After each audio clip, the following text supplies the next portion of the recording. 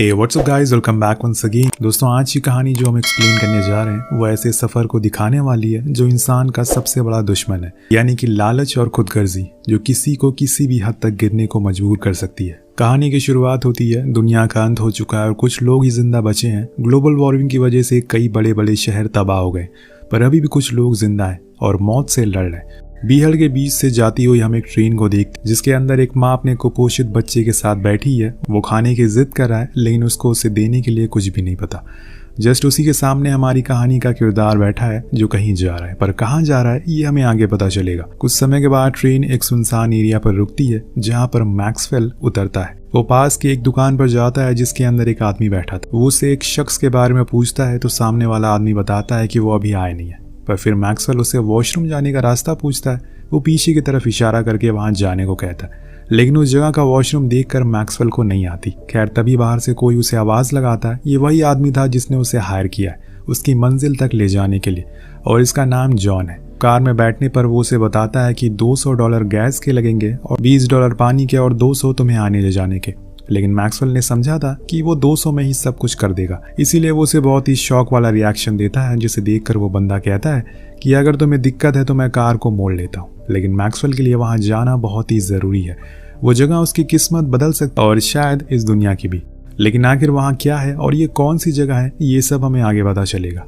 अब दोनों का सफ़र शुरू होता है और बीच में आने वाला साइन बोर्ड को देखकर अंदाज़ा लगा सकते हैं कि ये जिस जगह पर जा रहे हैं वो एक रिस्ट्रिक्टेड एरिया है।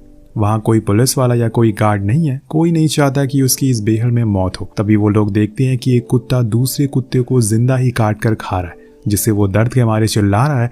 इसीलिए जॉन उसे भगा देता है और उस घायल कुत्ते के सर को कुचल देता है ताकि वो दर्द में तड़प कर ना मरे। ये सब चीज़ें यहाँ पर आम है क्योंकि दूर दूर तक कोई भी जानवर या कोई पेड़ नहीं है, इसीलिए जो कुछ बचा है उसे खाकर अपना पेट भर रहे हैं लोग। कार ठीक हो जाती है और फिर से ये लोग चल पड़ते हैं। कुछ ही समय के बाद अंधेरा हो जाता है, इसीलिए ये दोनों वहीं पर रात गुजारने का फैसला करते। मैक्सवेल बताता है कि वो असल में जिस जगह पर जा रहा है उसका नाम है कंपाउंड।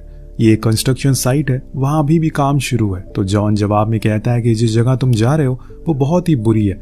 मेरे कुछ साथी भी वहाँ पर मौजूद है। वहाँ के लोगों को जानवरों जैसा सलूक किया जाता है, उन्हें मारा जाता है, पीटा जाता है और बहुत ही मेहनत करवाई जाती है। तो वो कहता है कि मैं मेहनत करने से डरता नहीं हूँ। ऐसा यहाँ पर रहने से अच्छा है कि मैं कुछ मेहनत करके मरूं। वो मेरे लिए ज्यादा सुकून की मौत होगी। अब अगला दिन होता है और आज मैक्सवेल कार ड्राइव कर रहा होता है और जॉन सो रहा होता है। इसी का फायदा उठाकर वो एसी को ऑन कर देता है, जिससे कुछ ही देर बाद कार का इंजन बोल जाता है और गाड़ी वहीं रुक जाती है।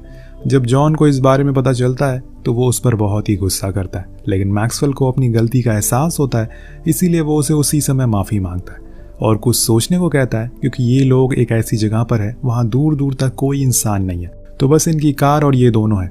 जॉन कहता है कि मुझे लगता है कि शायद पाइप फट गई है, मुझे उसे जोड़ना होगा। और इतने में मैक्सवेल सूसू करने के लिए एक पत्थर के किनारे जाता है। तभी वहाँ उसे कुछ नजर आता है। जब वो करीब जाता है तो देखता है कि किसी ने ढेर सारे पत्थर एक के ऊपर एक रखे हुए, जैसे वो कुछ छुपाने की कोशिश कर रहा हो। वो उसे हटाता है तो उसे उसके अंदर कुछ चमकीली सी चीज दिखाई देती है। जब वो उसे छूता है तो पता चलता है कि ये तो गोल्ड है। जी हाँ दोस्तों, सोने का एक पत्थर जिसकी कीमत न जाने कितने 100 करोड़ होगी। ये जमीन के अंदर गड़ा हुआ है। अब मैक्सवेल पहले तो सोचता है कि वो उसे अकेले ही यहाँ से ले जाएगा, लेकिन अकेले ले जाना इतना आसान नहीं है। उसे जॉन की मदद चाहिए ही, इसीलिए वो उसे आवाज़ लगाता है और फिर वो आकर अपने लाइटर से चेक करता है तो उसे पता चलता है कि हाँ, ये हकीकत में प्योर गोल्ड है, जिसको शायद यहाँ पर किसी ने छुपाया है या फिर वो इसे बाहर निकालने की कोशिश कर रहा होगा, लेकिन उसे ये निकला नहीं। पर हमारे पास कार है, हम इसे बाहर निकाल सकते हैं। दोनों लग जाते हैं। सबसे पहले तो उस जगह की खुदाई करने में उन्हें पहले पूरे पत्थर को देखना होगा कि ये आखिर कितना बड़ा है। जब वो ऐसा करते हैं तो उनके तो होश ही उड़ जाते हैं। वो गोल्ड का पत्थर बहुत ही ज्यादा बड़ा था, जिसे देख कर इनकी आंखें फटी की फटी रह जाती है। उन्हें तो यकीन ही नहीं हो रहा था कि आखिर ये उनके हाथ क्या लग गया है। जब ये उसे कार से बांधकर पूरा निकालने की कोशिश करते हैं तो अब कार भी ठीक हो चुकी है और इसीलिए वो उसे पूरी पावर के साथ आगे की ओर खींचते हैं। लेकिन दोस्तों, रस्सी टूट जाती है और वो पत्थर अपनी जगह से हिलता ही नहीं है। दोनों इस कड़ी धूप में बहुत ही मेहनत करते हैं, लेकिन कोई फायदा नहीं होता। ऊपर से इन्हें थकान और हो जाती है। इतना बड़ा सोने का पत्थर ये कैसे छोड़ तो नहीं सकते, इसीलिए वो पास में ही रुकने का फैसला करते हैं और कल सुबह फिर से कोशिश करने को कहते हैं। रात में जब ये दोनों बैठे होते हैं तो जॉन को यकीन ही नहीं होता कि असल में उन्हें कुछ ऐसा मिल गया। दोनों ही डांस करना शुरू कर देते हैं। वो बहुत ही ज्यादा खुश थे, लेकिन दोस्तों आसानी से मिलने वाली चीज ज्यादा देर तक हमारे साथ नहीं रहती। चाहे वो इंसान हो या फिर सोने का पहाड़। मैक्सवेल कहता है कि अब मुझे उस जगह पर जाकर काम नहीं करना होगा, तो वहीं जॉन कहता है कि अब मुझे कार नहीं चलानी होगी, मैं आराम से खुद की जिंदगी गुजार सकता हूँ, लेकिन हमें कल एक छोटी जेसीबी चाहिए होगी, तभी वो सोना बाहर आ सकेगा। ऐसे हम कार से उसे बाहर नहीं निकाल सकते। यहाँ से कुछ किलोमीटर दूरी पर बनी एक जगह को मैं जानता हूँ जहाँ पर हमें वो जेसीबी मिल सकती है। हमें से किसी को भी सोने की रखवाली करनी होगी और किसी को वहाँ जाकर उसे लाना होगा। तो मैक्सवेल कहता है कि मैं रुकता हूँ, तुम वहाँ चले जाओ। दोनों एक दूसरे को देखने लगते हैं क्योंकि उन्हें एक दूसरे पर थोड़ा सा भी भरोसा नहीं था। इसीलिए जॉन कहता है कि तुम्हें तो यहाँ के बारे में कुछ भी पता नहीं है, कैसे तुम खुद को जीवित रख पाओगे, इसीलिए तुम जाओ। लेकिन मैक्सवेल अपनी जिद पर अड़ा रहता है और उसे आखिर में मना लेता है। और फिर अगले दिन जॉन उसे 1 गैलन पानी और 3 कैन फूड देकर कहता है कि मुझे आने में 2 दिन लगेंगे, तब तक तुम यही सैटेलाइट फोन अपने पास रखो।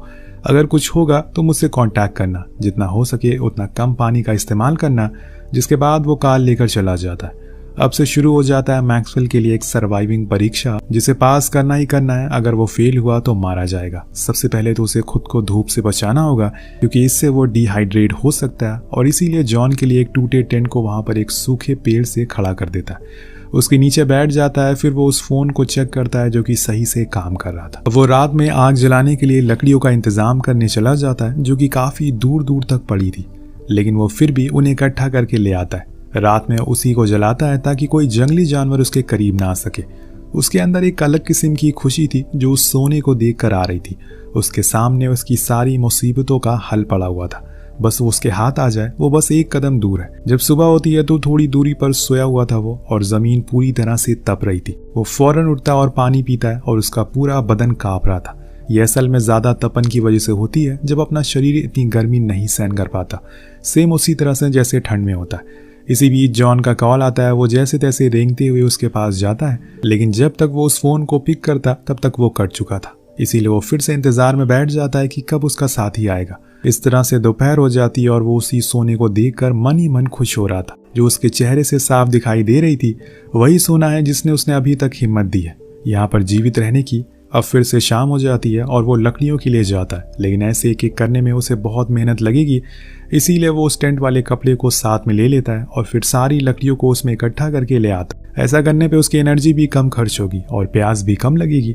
तभी वो देखता है कि गोल्ड के ऊपर से धूल हट गई है, जिसे कि वो साफ साफ दिखने लगा है। इसीलिए वो फौरन वहां जाकर उसके ऊपर वो पत्थर रख देता है ताकि कोई भी उसे देख ना सके। इसके बाद वो ऊपर जाने का डिसाइड करता है, शायद वहां उसे कोई अच्छी जगह मिल सके जहां पर वो रात आराम से गुजार सके, और इसके लिए वो एक रेत के पहाड़ के ऊपर चढ़ता है। कुछ ही दूरी पर एक चाइनीज क्रैश प्लेन दिखाई पड़ता है जिसकी हालत बहुत ही खस्ता थी। मैक्सवेल उसके पास जाता है और वहाँ कुछ मदद के सामान को ढूंढने लगता है। ये उसके लिए एक अच्छी जगह है रात गुजारने के लिए, यहाँ पर उसे गर्मी भी नहीं लगेगी। लेकिन दोस्तों फिर वही चीज उसके दिमाग में आ जाती है, वो सोना अगर उसे कोई और ले गया तो फिर क्या करेगा वो। इंसान की ये फितरत है, वो खुद से पहले पैसे और ऐसी चीज के बारे में सोचता है जो उसे कंफर्ट दे सके। वो बड़े ही देर तक अंदर वहीं बैठा रहता है और सोचता है कि आखिर उसे क्या करना चाहिए। उसकी लालच बार बार उसे उसी सोने के पास लेकर जा रही थी, इसीलिए वो वहीं रहने का फैसला करता है। लेकिन वो अपने साथ में कुछ प्लेन के हिस्से को ले जाएगा जिससे कि वो वहां पर एक टेंट जैसा कुछ बना ले और खुद की छत को पूरा कवर कर दे। वो प्लेन के दरवाजों को और उसकी सीट को बाहर निकाल लेता है और फिर उसे घसीटता हुआ उसे पुरानी वाली जगह पर लेकर जाता है। यहाँ हम उसके शरीर पर निकल रहे छालों को देखते जो इस तपती हुई गर्मी की वजह से हुए थे। अब तो जैसे जैसे समय कट रहा है उसका पानी और खाना भी खत्म होता जा रहा है। ऐसे में वो कैसे खुद को जिंदा रखेगा ये तो वही जानता है। वो सोना उसकी भूख प्यास तो नहीं मिटा सकता। अब काफी देर घसीटने के बाद वो पहुंच जाता है। उन सामानों को मदद से वो टेंट जैसा शेल्टर बना लेता और उसी के अंदर लेट जाता है। लेकिन अभी भी उसका शरीर तप रहा था, उसे गर्मी लग रही थी। वो जितना भी कुछ कर ले ये गर्मी का एहसास उसे होता रहेगा। अब शाम होने पर वो सोने के पास जाता और उसे ध्यान से देखना शुरू कर देता है। न जाने कुछ देर बाद उसके दिमाग में क्या आता है, वो उसके ऊपरी हिस्से को पत्थर से तोड़ने की कोशिश करता है। वो कुछ देर बाद अलग भी हो जाता है और उसे हाथ में लेकर वो बहुत ही ज्यादा खुश था क्योंकि अब वो उस टुकड़े को अपने सीने से लगा कर रखेगा। शायद यही चीज उसे इस तपती गर्मी में थोड़ी ठंडी का एहसास दे सके। इसी दौरान उसके पास जॉन का कॉल आता है जो उसे बताता है कि अभी तक उसे वो जेसीबी नहीं मिली। रास्ते में उसकी कार खराब हो गई थी, इसीलिए उसे थोड़ा ज्यादा समय लगेगा। इधर से मैक्सवेल कहता है कि उसने सोने का एक हिस्सा तोड़ लिया है और वो उसके पास ही है। तो जॉन कहता है कि ठीक है, लेकिन तुम उसी के पास रहना, कहीं जाना मत। जिसके बाद वो फोन कट हो जाता है। जब अंधेरा होता है तो मैक्सवेल जंगली कुत्तों के आसपास होने का अभाव होता है, इसीलिए वो आग लेकर उन्हें ढूंढने चला जाता है ताकि वो उन्हें डरा सके। उस रात वो पूरे टाइम बाहर ही बैठा रहता है, लेकिन फिर भी सुबह सुबह उसकी आंखें लग जाती है। यहाँ हम उसके चेहरे को देखते हैं जो कि अब पूरी तरह से खराब हो चुका है। इस झुलसती हुई गर्मी की वजह से वो बचे हुए पानी को बोतल में भरता है और उसे पीता है, जिससे उसके अंदर थोड़ी जान आती है। तभी उसे एक सांप दिख जाता है जिसे खाकर वो अपना पेट भर सकता है, लेकिन जब तक वो उसे पकड़ पाता वो भाग चुका था। ये सब चीजें मैक्सवेल को सीखनी पड़ेगी, तभी वो आगे जाकर अपना पेट भर सकेगा, वरना वो भूख के कारण मर जाएगा। और इन सब चक्कर में एक और अनहोनी हो जाती है। दरअसल जब वो सांप को पकड़ रहा होता है तो उसके पैर में लगकर वो बोतल गिर जाती है, जिससे कि उसका सारा पानी वेस्ट हो जाता है। उसको अपनी इस बेवकूफ़ी पर बहुत ही ज़्यादा गुस्सा आता है और वो तेज तेज चिल्लाना शुरू कर देता है, क्योंकि एक यही चीज़ थी जो उसे जिंदा रखी थी।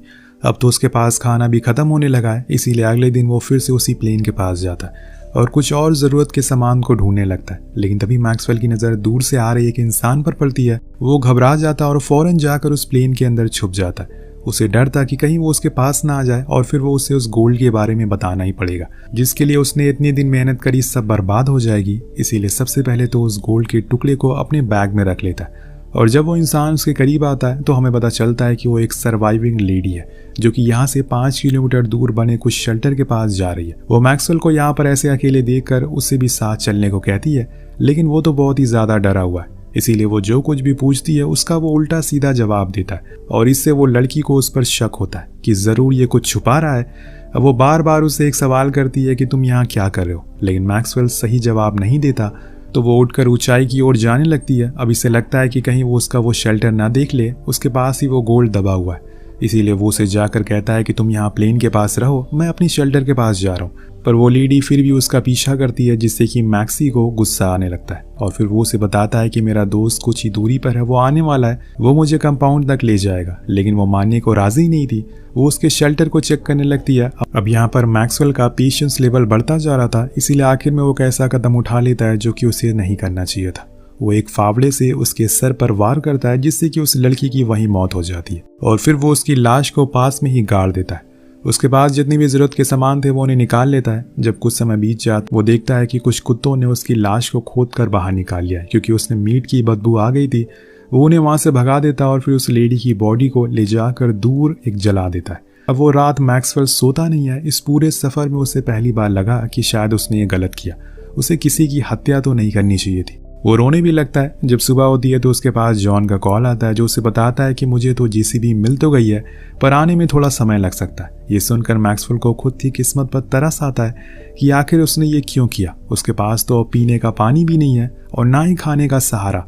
तभी उसकी नज़र वहां से गुजर रही एक ट्रक पर पड़ती है। उसके पास ये सुनहरा मौका था, वो उस गोल्ड के टुकड़े को लेकर जा सकता है और खुद की जान भी बचा सकता है। लेकिन दोस्तों, इंसान का पेट कभी नहीं भरता, उसे जितना भी दे दो वो और मांगता ही रहेगा। मैक्सवेल के दिमाग में वो पूरे सोने का पत्थर था, जिससे कि वो अपने साथ ले जाना चाहता है। इसीलिए वो चुप हो जाता है और उसके सामने से वो ट्रक चली जाती है, या यूं कहें कि उसके सामने से उसकी जिंदगी चली जाती है। एक दिन जब वो लकड़ियों को लेकर वापस आ रहा होता है, तभी तेज रेतीला तूफान उसकी तरफ बढ़ने लगता है। वो फौरन अपने शेल्टर के पास जाता है, लेकिन वो तूफान इतना तेज था उसका सारा सामान उड़ जाता है। जब उसकी आंख खुलती है तो वो खुद को रेत के नीचे दबा हुआ पाता है। उसके पेट में एक लकड़ी घुस गई थी, जिससे कि उसे बहुत ही तकलीफ हो रही थी। पर सबसे पहले ख्याल उसके दिमाग में ये आता है कि क्या वो सोने का टुकड़ा बचा है। वो ऐसे ही रेंगते हुए अपने बैग के पास जाता है, पर वो टुकड़ा तो उड़ गया था, लेकिन वो पत्थर अभी भी वहीं पड़ा हुआ था, जिससे कि उसे थोड़ी राहत मिलती है। अब वो किसी तरह अपने पेट से उस लकड़ी को निकालता और फिर आग जलाकर उस घाव को गर्म कर देता, ताकि खून बहना बंद हो सके और इन्फेक्शन ना हो। लेकिन इसमें उसे बहुत ही ज्यादा दर्द होता है, जिसकी वजह से वो वहीं बेहोश हो जाता है। जब दोबारा उसकी आंख खुलती है तो उसके सामने एक लेडी थी जो उसे पानी पिलाती है। मैक्सवेल को लगता है कि ये वही लेडी है जिसे उसने मार दिया। वो फिर से जिंदा हो गई, क्योंकि वो उसे हर जगह दिखाई देने लगी थी। कुछ देर बाद जब वो सही से होश में आता है तो वो लेडी उससे कहती है कि यहाँ से कुछ ही दूरी पर एक शेल्टर है, तुम्हें वहां तक ले जा सकती हूँ मैं। लेकिन मैक्सवेल साफ साफ मना कर देता है, उसे यहाँ से जाने को कहता है। अभी भी उसे गोल्ड की लालच है, मरते हुए भी उसे सोना चाहिए। अब जाते हुए वो लेडी पूछती कि क्या तुम्हें मेरी बहन को यहाँ से जाते हुए देखा है, तो वो मना कर देता है। पर जिसको उसने मारा था वही उसकी बहन थी। उसके जाने के बाद जॉन का उसके पास कॉल आता है, जो उससे कहता है कि उसे थोड़ा और समय लगेगा, तब तक तुम सोने का ख्याल रखो। अब मैक्सवेल आग जलाने की कोशिश करता है, लेकिन ऊपर हम देखते हैं कि गिद्ध उड़ने लग गए। कुछ ही दूरी पर वहां पर कुछ कुत्ते भी आ जाते हैं। वो फिर से जॉन को कॉल लगाता है और जल्दी आने को कहता है। लेकिन हम देखते हैं कि जॉन तो उसे कुछ ही दूरी पर बैठा हुआ है। वो बहुत ही पहले यहाँ पहुंच चुका है, लेकिन अब उसके अंदर लालच आ गया है। वो उस पूरे सोने को अकेले अपने साथ ले जाना चाहता है, उसे शेयर नहीं करना चाहता। जब मैक्सवेल देखता है कि अब वो कुत्ते उसके करीब आ रहे हैं तो वो फिर से उसे कॉल लगाता है, लेकिन अब तो वो उसका कोई जवाब दे ही नहीं रहा था, जिससे कि वो समझ जाता है कि उसने उसे धोखा दिया। तभी एक कुत्ता आकर उसकी टांग पकड़ लेता और फिर 2 आकर उसके हाथ को पकड़ लेते, उसे बहुत ही बेरहमी से नोच नोच कर खाने लगते हैं। मैक्सवेल चिल्लाता है, उनसे खुद को छुड़ाने की कोशिश करता है, लेकिन वो फिर भी उसे खाते रहते हैं, वो भी जिंदा हालत में। दूर जॉन ये सब देख रहा होता है, लेकिन दोस्तों इंसानियत से बड़ी चीज लालच है आज के समय में, जो कि हम देख ही सकते हैं। जब मैक्सवेल पूरी तरह से मर जाता है तो जॉन अपनी ट्रक लेकर वहां आता है और मैक्सवेल को देखता है जिसकी अतड़ियां बाहर निकल चुकी है, लेकिन उसे तो वो सोना चाहिए और इसीलिए वो उसे लेने के लिए आगे बढ़ता है। पर तभी अचानक से एक एरो, एक तीर आकर उसके सीने पर लगती है और वो मारा जाता है। हमें यहाँ दिखाया नहीं जाता कि ये तीर किसने चलाया। आपको क्या लगता है ये किसका काम होगा? अब इस गोल्ड को कौन लेकर जाएगा, ये सब हमें शायद इस कहानी के सेकंड पार्ट में देखने को मिले। कहानी यहीं पर अंत हो जाती है।